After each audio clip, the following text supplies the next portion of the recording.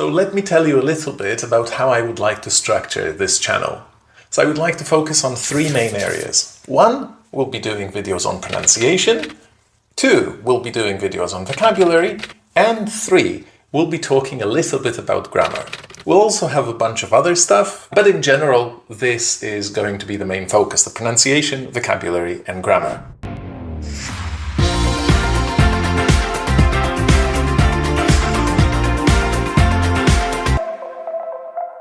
So let me tell you a little bit about pronunciation and what we'll be focusing on in the videos. So I think everybody will agree that pronunciation is one of the most difficult things for learners to study and to improve, especially if you're studying English on your own, like through these YouTube videos. So one of the reasons behind this is that in English there is no correspondence between letters and sounds, especially vowels. So we have 5 letters, 5 vowels, but these 5 vowels actually give us 20 sounds. The idea here behind the videos is that we're going to identify patterns in pronunciation.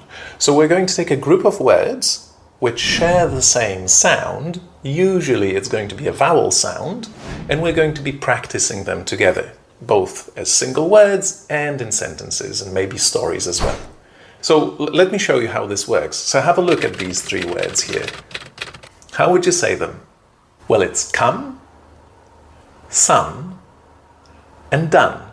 So you may have thought that the sound they actually shared was an O, but no, it's an A, a short A sound. Come, sun, and done.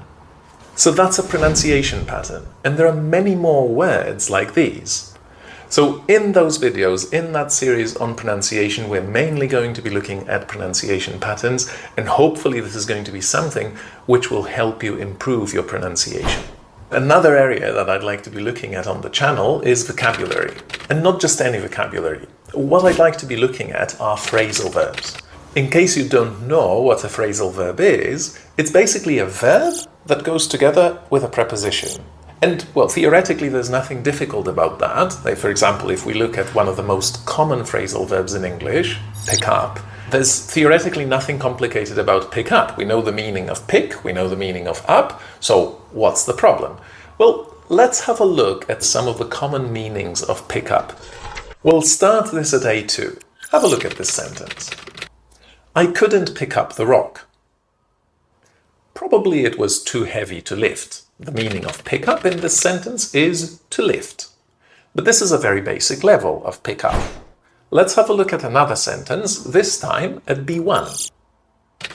Can you pick up John from school? In this case, pick up doesn't mean to lift. It basically means to collect somebody from a place. If you have small children at school, you pick them up every day, or you ask somebody else to pick them up. So that's pick up at B1. How about B2? Let's look at another sentence. Children pick up new words quickly. Now, what's the meaning of pick up here?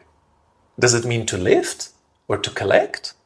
In here, the meaning of pick up is to learn. And this applies to new vocabulary, skills, anything you want to learn, really. Let's go a level higher. Let's have a look at an advanced meaning of pick up.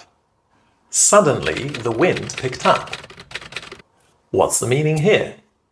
I think we can kind of imagine from the context what happened with the wind. Do you think it became weaker or stronger? The answer is it grew stronger. There was suddenly more wind. And pick up is a phrasal verb that is very natural in this context. One more level to go. C2. Let's have a look. Let me pick up where we finished. In this case, pick up has yet another meaning. It means to restart something that we finished before.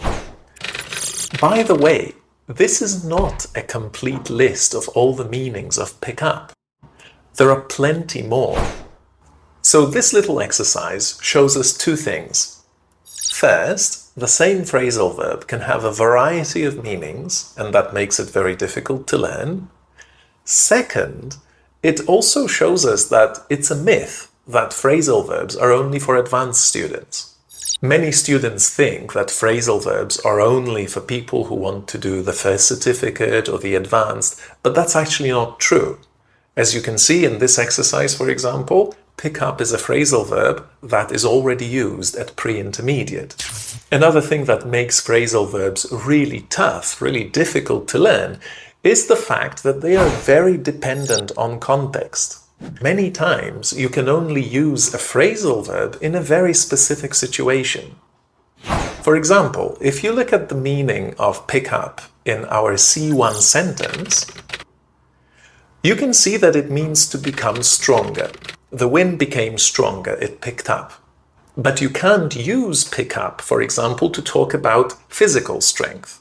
If you want to say that you have become stronger through doing a lot of exercise, it would be very, very strange if you said, I really picked up, or I really picked up in my exercise.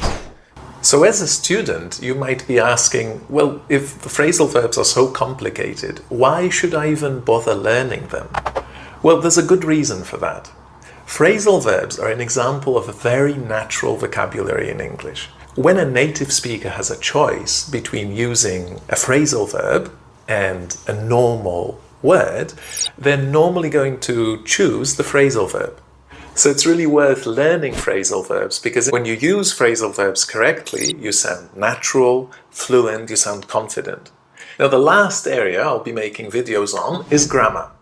And you may be thinking, well, grammar is not the most important thing in the world. I want to learn vocabulary, I want to learn pronunciation.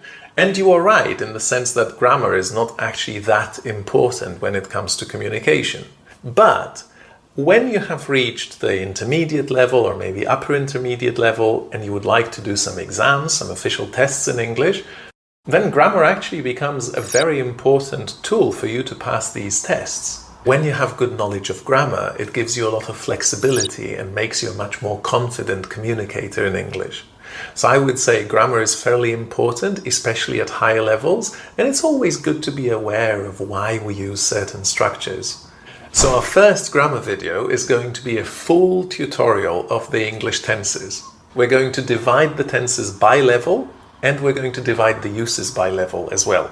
And that's an important distinction because, for example, if you take present continuous, there are uses of present continuous that you learn at A1, at the very beginning of your journey in English, and there are also uses that you can learn at C2, which are very advanced, very specific uses of present continuous. So the objective behind that tutorial is going to be for you to find out where you are in terms of your knowledge about tenses in English and identify any gaps you might have. And that's your English upgrade for you. If you feel that you can learn something from the content that I was just talking about, hit that notification bell and the subscribe button, and we'll see you in the next video. Oh, and if you have 10 minutes now, why don't you check out this video and learn your first pronunciation pattern? Take care, keep learning, and enjoy the process. Thank you very much for watching.